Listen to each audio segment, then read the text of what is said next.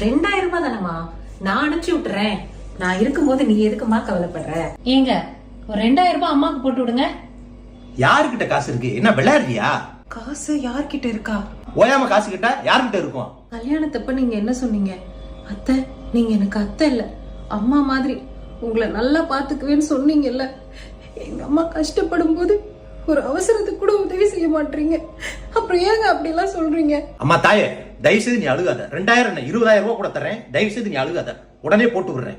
அழுது அழுது எப்போ பார்த்தாலும் காரியம் சாதிக்க வேண்டியது. இவங்களுக்கு அழுகு எப்படி தான் வருதுன்னே தெரியல. அனுப்பிட்டேன், செக் பண்ணிக்கிற சொல்லு. அம்மா வந்துருச்சா?